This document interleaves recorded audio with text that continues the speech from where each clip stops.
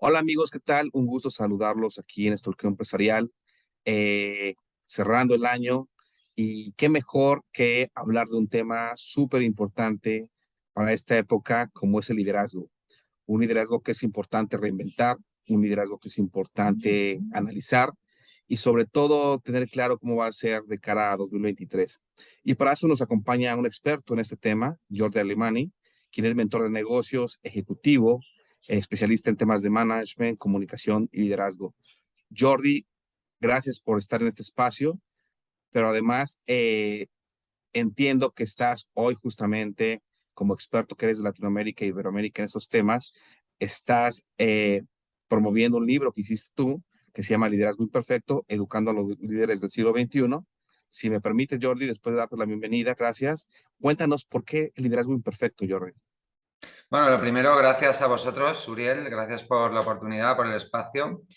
Y respondiendo a tu pregunta, liderazgo imperfecto, pues porque llevo demasiados años escuchando esas eternas listas de virtudes, habilidades y valores que definen al líder maravilloso, que nunca se equivoca, al líder que todo lo hace bien, que siempre tiene respuesta a todas las preguntas.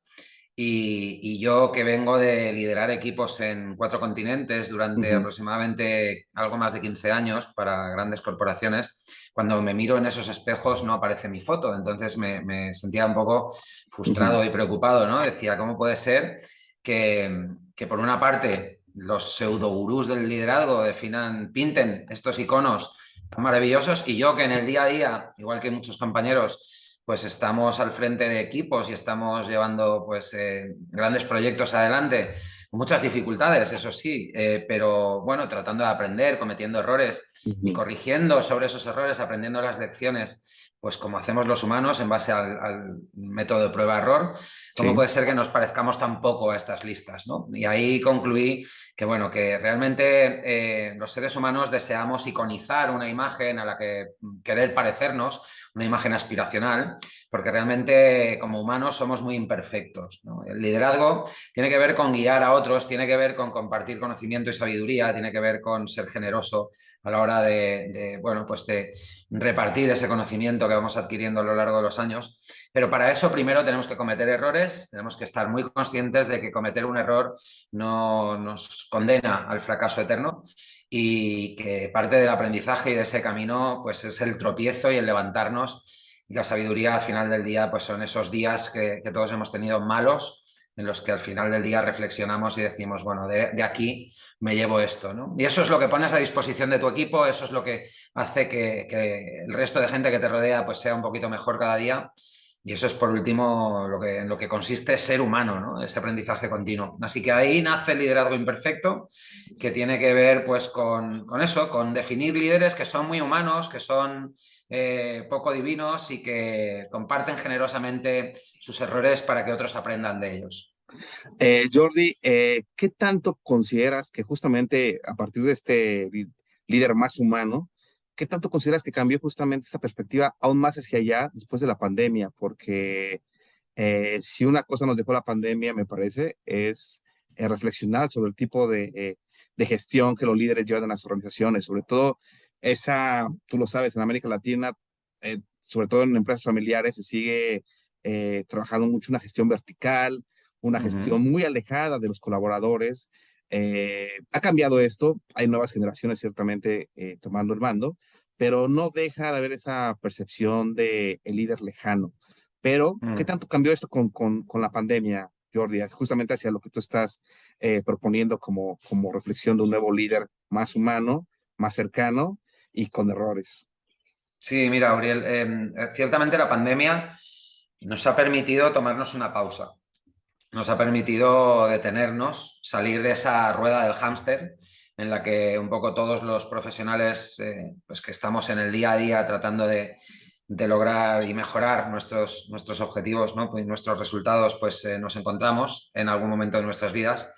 Y la pandemia nos ha forzado a mirar hacia atrás y a decir, bueno, ¿de dónde venimos y realmente hacia dónde vamos? Y qué estoy logrando, ¿no? Más allá de hacer dinero, qué estoy haciendo con mi vida, ¿no? Que no solo con mi Ujú, carrera profesional.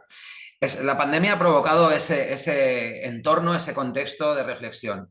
Pero también es cierto que estas nuevas corrientes, estas líneas de pensamiento que cuestionan algunos de esos viejos paradigmas, esos pensamientos rancios, esas mentalidades obsoletas, ya venían algo más atrás, venían de hace 2, 3 décadas, particularmente en el mundo anglosajón ya existía un cierto hartazgo de ese liderazgo autocrático, de esa figura del propietario que cree que como él fundó el proyecto, pues nadie más tiene derecho a meter la cuchara en él, ¿no? Las nuevas líneas de pensamiento recuperan algo que ya nos viene de hace muchos años, recuperan el pensamiento filosófico clásico de la antigua Grecia, de la antigua Roma, un pensamiento más estoico, más de, bueno, hay que afrontar las adversidades. En ese sentido, la pandemia nos ha puesto delante de una gran adversidad y nos ha obligado a sacar esa resiliencia y esa capacidad adaptativa que poseemos los humanos y que nos ha traído hasta aquí. Por otra parte, se ha recuperado el pensamiento crítico, se ha recuperado el cuestionamiento de, oye, ¿qué estoy haciendo? ¿No? Esa pausa de la que hablábamos nos obliga a sentarnos, a detenernos, a mirarnos en el espejo y decir, oye, ¿qué estoy haciendo con mi vida en todos los planos vitales? Y por último, se ha recuperado también algo que tampoco es nuevo, que es la inteligencia emocional, que a lo largo de los últimos 50 años pues ha estado ahí, es una ciencia, bueno, o pseudociencia, como algunos la denominan, que nos permite entendernos mejor a nosotros mismos y con ello entender mejor las emociones ajenas y construir esos puentes de la empatía entre el yo y el nosotros. Con esos 3 pilares, con esos pilares de la reflexión, del pensamiento crítico y sobre todo la inteligencia emocional, pues nos hemos plantado en una coyuntura como la del siglo XXI, casi el primer cuarto cumplido del siglo XXI, 2023, vamos a entrar en breve, sin saber muy bien qué es lo que estamos haciendo. En el mundo de los negocios, lo único que se ha buscado últimamente ha sido acelerar los procesos y con ello los resultados económicos. Pero por contra, estamos percibiendo cada vez más un malestar, un decrecimiento del bienestar, de la satisfacción, del compromiso, que impide que esos resultados sigan acelerándose. Es decir, tenemos una correlación inversa. Mientras los resultados económicos y los procesos se aceleran, la felicidad, la satisfacción, el compromiso de los seres humanos que participan de esas organizaciones decrece. Claro, es ahí donde realmente podemos marcar la línea de la pandemia como una línea, un punto de inflexión para reflexionar, pero realmente estas dos líneas vienen divergiendo y alejándose ya desde hace, como te digo, 3 o 4 décadas. Es la pandemia el punto en el que algunos de nosotros nos planteamos, oye, si seguimos así, esto solo puede empeorar. Y ahí es donde esta corriente de humanismo, de liderazgo transformador, que viene, como te digo, de principios de los 90, finales de los 80 en los Estados Unidos y Reino Unido, pues empieza a calar y empieza bueno, pues a adherirse a ese pensamiento un poco más contemporáneo, más vanguardista, de algunos miembros de la sociedad iberoamericana o hispanoamericana, por llamarlo de alguna manera. Creo que la pandemia ha jugado un papel fundamental, pero no deja de ser una única variable dentro de una ecuación que contiene otras muchas variables que ya vienen madurando y cociéndose en ese caldo Desde de hace cultivo varios de la años. transformación. Sí. Jordi, cuando tú te acercas como experto que eres y asesor en esos temas, cuando te acercas a los líderes de las empresas en Iberoamérica, ¿qué tanto están dispuestos realmente a dar ese paso? A decir, ok, vamos a reflexionar un poco cómo está nuestro liderazgo y caminemos hacia donde se está proponiendo hoy esta visión, digamos, más humana, más cercana, donde el líder también tiene que remangarse justamente y sobre todo en momentos tan críticos como los actuales. ¿Qué tantas las organizaciones y los líderes de estas organizaciones están dispuestos a hacerlo? ¿O qué retos habría para que lo hagan? Bueno, ahí podríamos identificar como 3 grandes segmentos, ¿verdad? Hay un primer segmento que estaría pues en un 10-15%, que es ni de casualidad voy a transformar mi organización. No, o sea, forget about it, ¿no? Que diría un yankee, un gringo. No, yo no voy a cambiar. Esto yo nací así, lo llevo en el ADN. Yo soy el amo, yo soy el propietario. Y si no le gusta, váyase a otro lado a trabajar, ¿verdad? Que algunos todavía pronuncian esas frases empresáuricas, ¿no? De dinosaurios que no saben muy bien qué ha pasado y de dónde les cayó el meteorito. Cierto, totalmente. Bueno, ahí tendríamos un 10-15% del colectivo empresarial. Luego tendremos aproximadamente un 60-65%, que nos llevaría casi hasta el 80% de empresas y fundadores o ejecutivos que las gobiernan, que las dirigen, que sí empiezan a mostrar algún interés, pero hay más de washing que de concienciación y de transformación de mentalidad. Tú apuntabas al inicio de la entrevista que, bueno, las nuevas generaciones. Yo tenía la confianza de que las nuevas generaciones efectivamente iban a concluir con este liderazgo vieja escuela. Pero si el nueva generación, si el segunda, tercera generación que se hace cargo de la empresa llevan al ADN la sangre y los cromosomas del fundador, como le han educado y ha mamado ese mismo paradigma, incluso la segunda y la tercera generación viene con esa mentalidad empresáurica del Pleistoceno. O sea, es que todavía esto no cambia, ¿no? Pero sí que hay ahí en los millennials y las nuevas generaciones al frente de algunas organizaciones, especialmente las familiares, que es el perfil más abundante en nuestro tejido empresarial, en región LATAM y en España, pues ahí hay un concepto washing, es decir, como soy millennial, no queda nada bien que yo en mis foros sociales, en mis foros de distracción y de entretenimiento, pronuncie determinadas frases, defienda determinados paradigmas empresariales que suenan a caspa, suenan a rancio, ¿no? Y huelen un poco antiguo. Claro, voy a contratar a un consultor o a un asesor que me permita darle una mano de pintura a la cultura de mi empresa, ¿no? Y existe ese 65% que, bueno, están ahí en un camino intermedio, que algunos de ellos los acabaremos convirtiendo y acabarán, bueno, pues promulgando y convirtiéndose en evangelizadores puros de esta nueva cultura y paradigma, pero la gran mayoría de ellos todavía tienen una fuerte resistencia cultural interna por la educación familiar recibida y por la herencia de sus papás. Por último, tenemos un 15% de gente realmente convencida, gente que se la cree, gente que no es por washing, gente que entiende que aquí la competitividad en este nuevo marco y coyuntura de mercado, pues depende de contar con su principal activo, que son las personas. Y si esas personas están enfermas, las organizaciones terminan enfermas. Y si tú no confías en tus empleados, ¿cómo lo van a hacer tus clientes, ¿no? Y si tus empleados se van a casa pensando ojalá se muera el propietario, pues difícilmente mañana le van a poner una sonrisa honesta y genuina al próximo cliente que atiendan. Y con todo esto hay un 15% de gente, casi 2 de cada 10 empresarios de nuestra región que sí están convencidos, pero no saben cómo hacerlo. Ahí es donde la figura del consultor, del mentor, del guía, del formador les ayuda, bueno, a sortear esos obstáculos y a trazar una línea maestra por la que puedan, bueno, circular. Jordi, ¿y este porcentaje más pequeño que mencionas, tiene alguna característica particular, un cierto, digamos, ADN en cuestión de gestión? ¿Viene de algún sector en particular? ¿Notas ciertas cualidades que se repiten, digamos, en este tipo de líderes? Y sobre todo ahorita vamos a hablar de las mujeres, Jordi, si me permites, que tanto las mujeres Claro. están empujando justamente este nuevo liderazgo. Me parece que por ahí hay una beta interesante en estas mujeres que están tomando estos puestos que sí traen, si no todas, sí hay quien trae, digamos, una visión diferente de cambio, de transformación.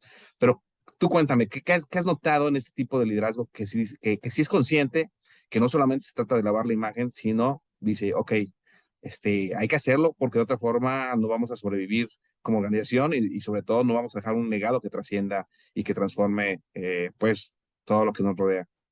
Claro, sí, mira, hay varios rasgos demográficos, podríamos decir, de perfil, que son coincidentes. En primer lugar, suelen ser primera generación de empresarios o emprendedores.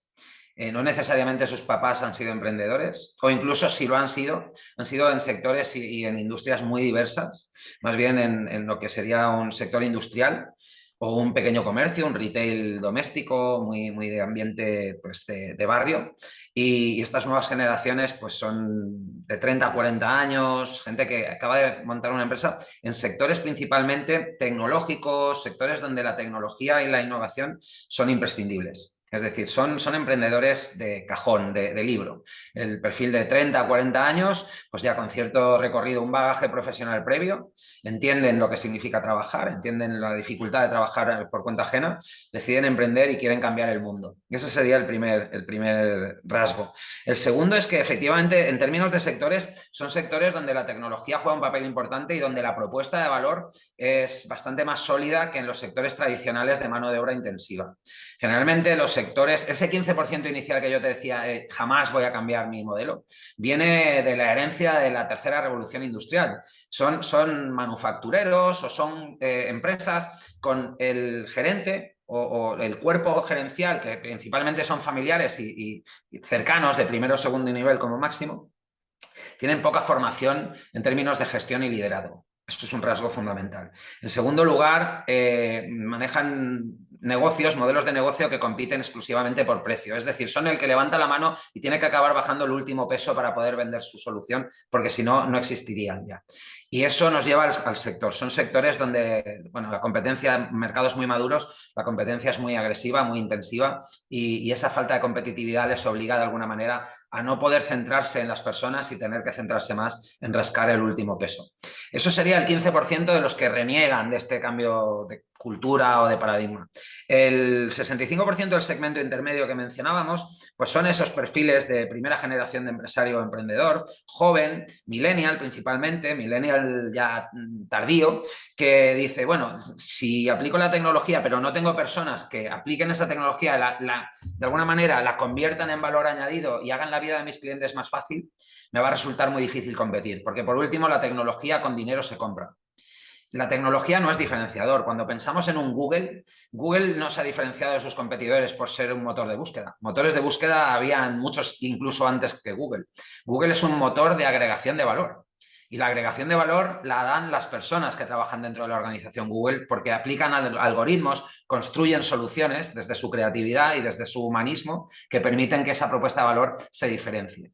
Así que aquellos que comprenden esto pues tienden a estar en sectores tecnológicos o en propuestas de valor, sobre todo que no compiten por precio, innovadoras, cercanía al cliente o diferenciación por excelencia en producto o servicio.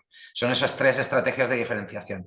Y por último, los que abogan claramente por ese futuro humano donde las personas pues juegan un papel central, ese último 15%, el tercer segmento, pues también está en el sector tecnológico, pero fíjate, están más en el cuidado de las personas, en el cuidado de la salud, en la educación, en sectores donde el componente vocacional también juega un papel muy importante. Así que ahí, estando la tecnología, la variable humanista de esa vocación de quiero transformar el mundo por un propósito genuino que forma parte de mi ser, de mi identidad, es lo que hace que estas personas aboguen por este tipo de cultura. Sí, como bien dices, más, es algo más genuino, esta vocación los acerca mucho a este tipo de perfil. Así Jordi, es. con el tema de las mujeres, no quisiera irme sin preguntarte.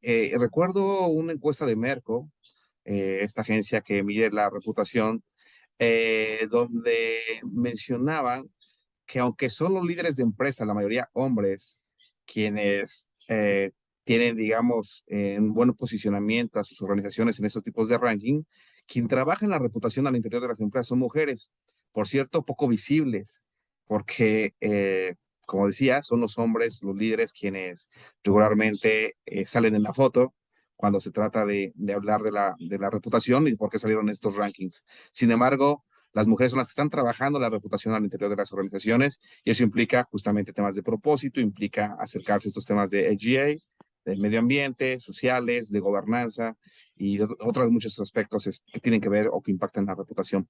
¿Cómo estás viendo este liderazgo de la mujer que cada vez lo vemos pues más presente en las empresas, sobre todo, con este cambio transformacional más humanista o más allegado a los colaboradores?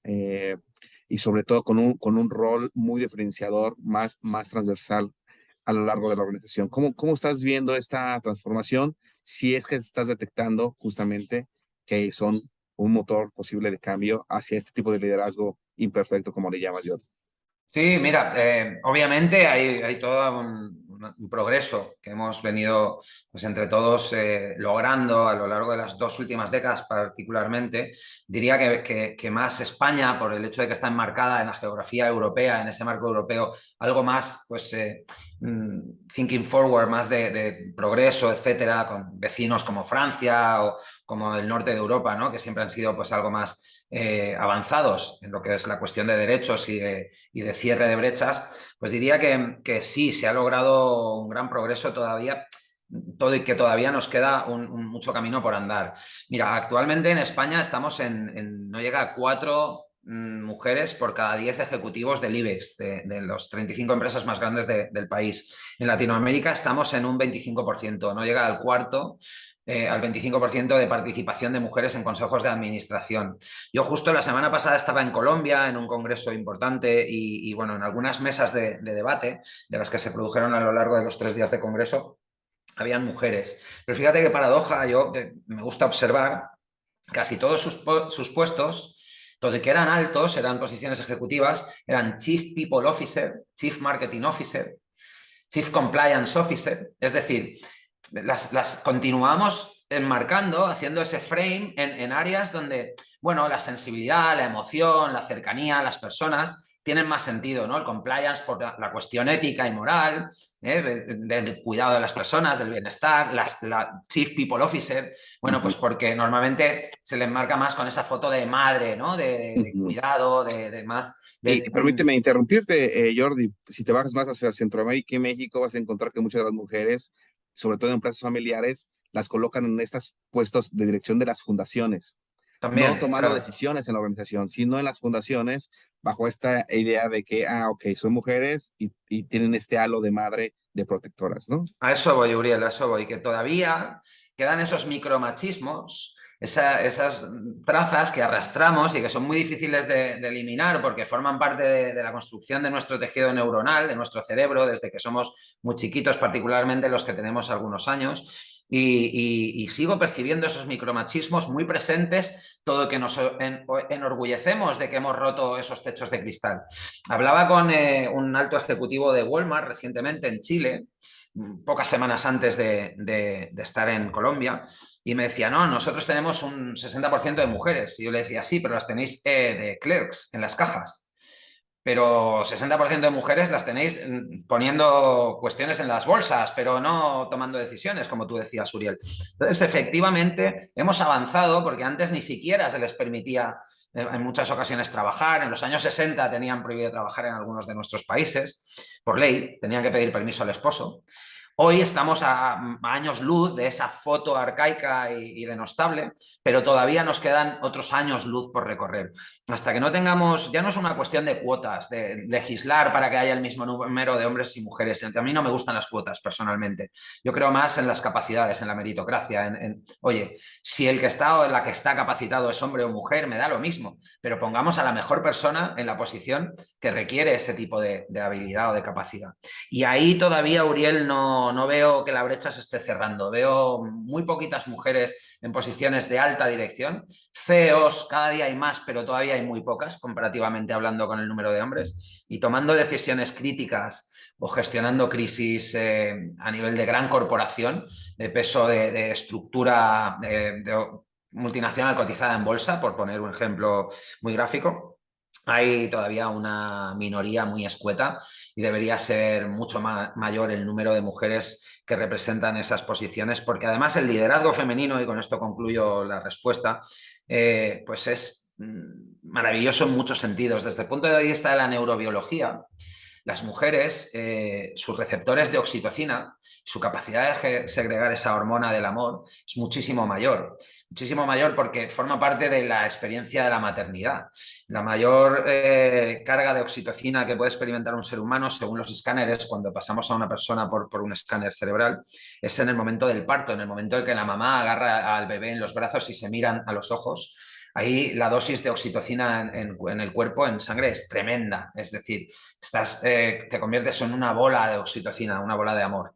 Y todo eso, las mujeres lo llevan dentro y a la hora de aplicar un liderazgo más cercano a las personas, más humano, donde las personas juegan un papel fundamental, creo que el liderazgo femenino tiene mucho que decir. Jordi, finalmente, ¿cuáles son los riesgos que podrían enfrentar los líderes y sus organizaciones de no transformarse, de no enrutarse hacia este tipo de liderazgo? Tú le llamas imperfecto, más humano podría ser, más cercano a la gente. ¿Cuáles son los riesgos? Y sobre todo lo pregunto en el sentido de que no se entienda solamente, como bien decías, de que se trata de ser buena persona, sino que realmente hay aspectos profundos en las organizaciones que sí benefician, por supuesto, resultados y que a veces no se ven y que se creen un poco románticos, ¿no? Esta idea de romántica de que hay que ser el líder, como decimos en Latinoamérica, buena onda, y va más allá de eso. Realmente hay una experiencia positiva cuando cuando se camina o se enruta la organización con este tipo de liderazgos. ¿Cuáles son esos riesgos de no transformarnos de como líderes hacia este tipo de gestión, Jordi? Claro, mira, es una pregunta muy interesante que tendría múltiples respuestas. Yo voy a tratar de ser concreto.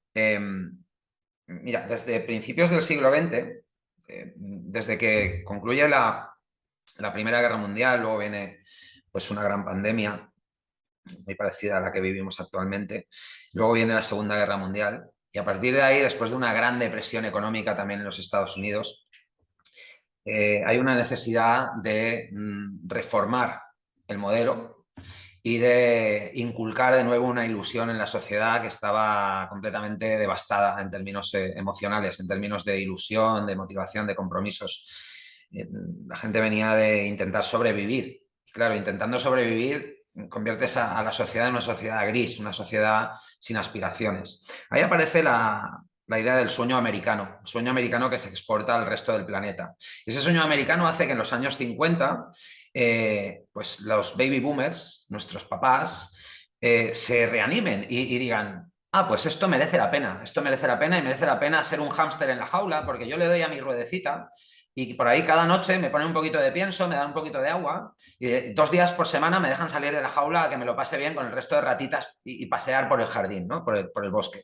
Muy bien. Y eso nos dura hasta principios de los años 2000, hasta la crisis financiera del 2008.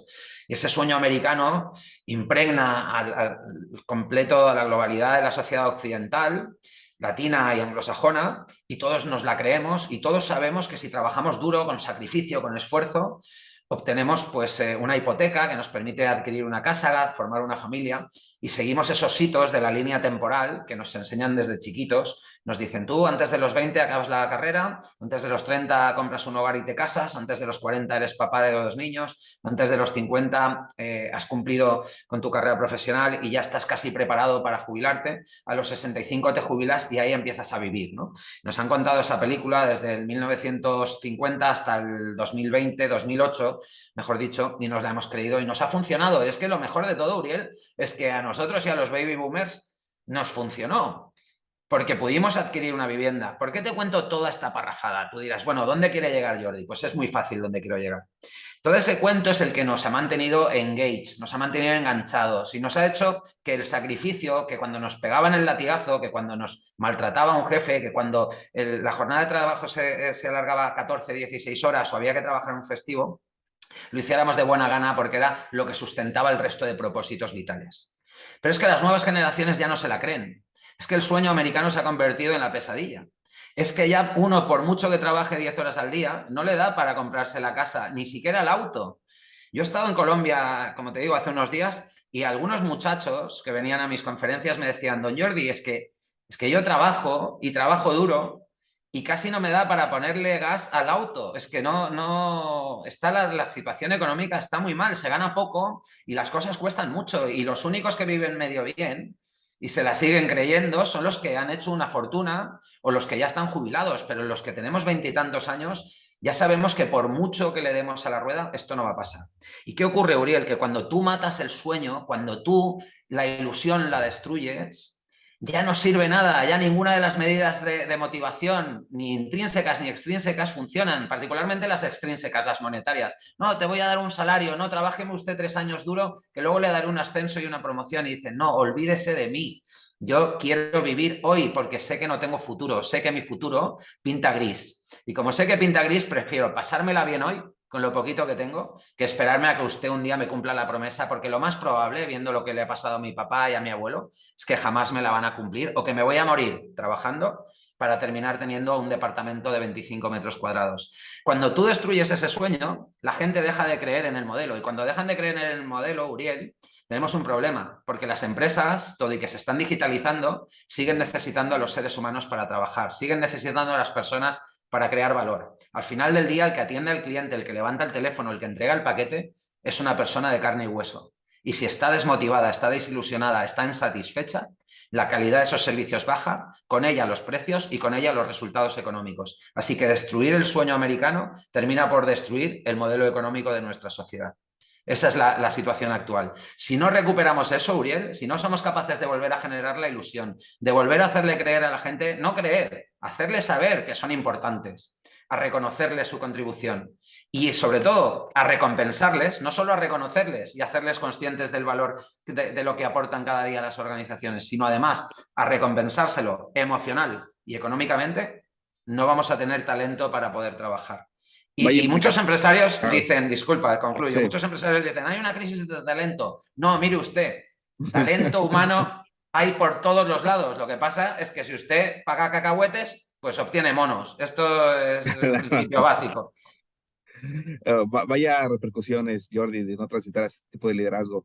Yo te agradezco, Jordi Alemany, autor de este libro de liderazgo imperfecto. Te agradezco el que hayas platicado con nosotros y bueno, sobre todo el grado de profundidad que has tenido para eh, ver desde tu visión lo que implica, en este caso, no trabajar así ese tipo de liderazgo que requiere el nuevo contexto, el nuevo entorno, que bien mencionas, no era nuevo del todo, pero que se vino a acelerar justamente con la pandemia.